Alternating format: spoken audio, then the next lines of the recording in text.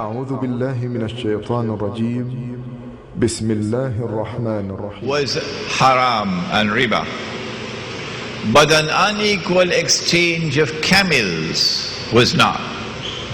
That Ali radiallahu ta'ala anhu exchanged one camel for 4 or one camel for 20, I think, and Umar radiallahu ta'ala exchanged one camel for 4. But that was not haram and that was not riba. But the unequal exchange of dates was riba. And why was it riba? In answering that question, we are introduced to the subject of what is money in Islam. What is money in the Quran? What is money in the Sunnah? I gave this lecture at Darul Uloom Newcastle in South Africa. And the head of the Darul Uloom, may Allah have mercy on his soul, the Venerable Maulana Sima, was 80-something years of age. He just died recently.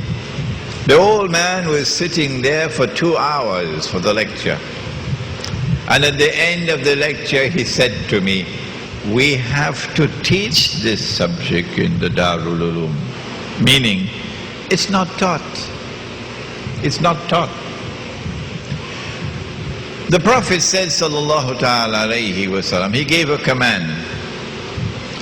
When a transaction is such that it involves an exchange of gold for gold, or silver for silver, or wheat for wheat, or barley for barley, or dates for dates, or salt for salt. 6 of them. You can't see it, but you can hear it. Gold, silver, wheat, barley, dates, salt. It must be equal for equal. You cannot have an unequal exchange. Otherwise, it will be riba. Before we ask the question, why would it be riba? Let us look at these 6. What is common to all 6? This is a hadith, incidentally, which the world of Islam is very familiar, very familiar. Gold for gold, silver for silver, etc. What is common to all 6 is that they were all used as money. That when gold or silver coins were in scarce supply in the market, in Medina, they would use dates as money. And so from this hadith, we get a definition of money in the Sunnah. That money was either precious metals, gold and silver, or commodities of food consumption, which were in abundant supply in the market and which had a shelf life. So you wouldn't use mangoes as money, because your money would be rotting. What was common to all of these 6 is that the value of the money was inside the money. The money had intrinsic value. What was common to all 6 is that the value of the money, despite fluctuations based on demand and supply, the value was always value created by Allah. And so we get the definition of money in the Sunnah. Because dates were used as money, if we allowed an unequal exchange of dates, then I can lend money on interest. I just give you 1 kilogram and you will return to me 2 kilograms after 1 year. So you will open the door for the moneylender if you allow an unequal exchange of money, the same money being used on both sides. But you could not use animals as money, because you know the one, I got a goat as my salary, and I was taking the goat home. The goat fell down, died. So when I reached home, I said to my wife, salary died. Salary died. So she said, go tell the boss. So I went to the boss, I said, boss, salary died. He said, but when I gave you salary, salary was alive. Since animals can fall ill, since animals can die, animals could not be used as money. And therefore you could have an unequal exchange of camels.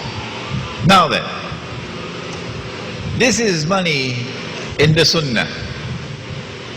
Money with intrinsic value.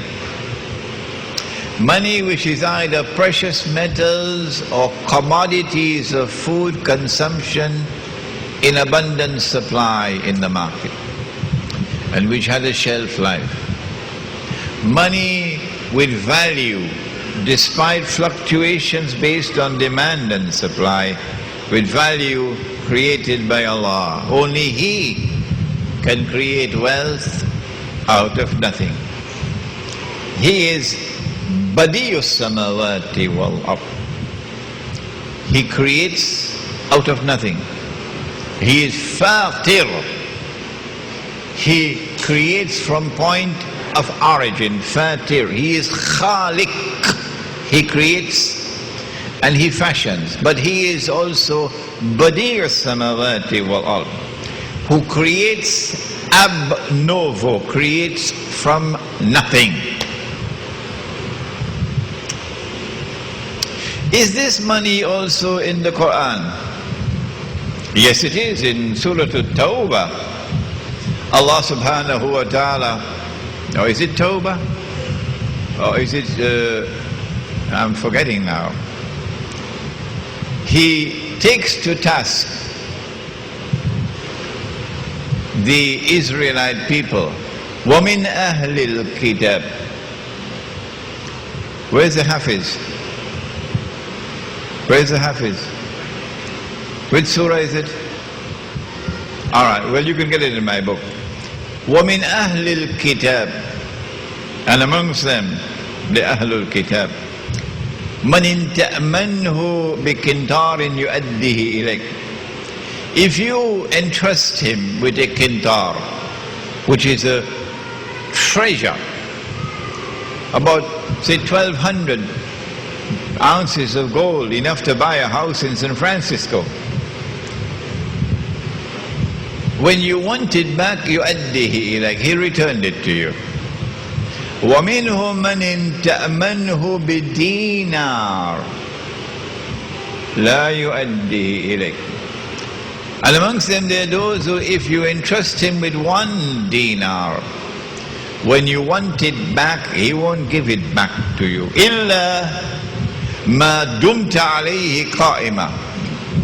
The only way you can get it back is if you stand there demanding it and pounding for it. ذَلِكَ بِأَنَّهُمْ قَالُوا إِنَّمَا لَيْسَ عَلَيْنَا فِي الْأُمِّيِّينَ السَّبِيلُ. This is because of the double standards we talked about in the previous session. That we have one code of morality amongst ourselves, and we do not have to apply that code of morality with these cockroaches. Al-Ummiyun. وَيَقُولُونَ عَلَى اللَّهِ الْكَذِبَ وَهُمْ يَعْلَمُونَ. But they tell a lie against Allah. They do it knowingly. They have changed the word of Allah. I couldn't preach this in New York today.